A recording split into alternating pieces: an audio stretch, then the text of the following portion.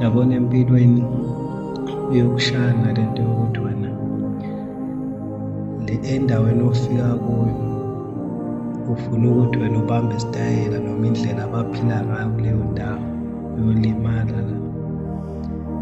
Kwaba wena uyafika eGoli, usungwaseGoli, kwabe uyafika eThekwini, usungwaseThekwini, kwabe uyafika eMpumalanga, usuyiMpumalanga. Iyokulimaza leyo nto leyo,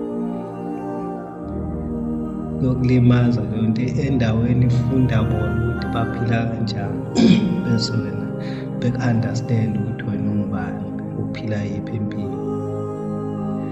Ngoba uma uzofuna ukucosha zonke iy'ndlela ey'philwa ngabantu, uyophila impilo ongayithandi ngenxa yokuthi ufuna ukujabulisa bonke abantu. Mina nje umuntu ongigcine 28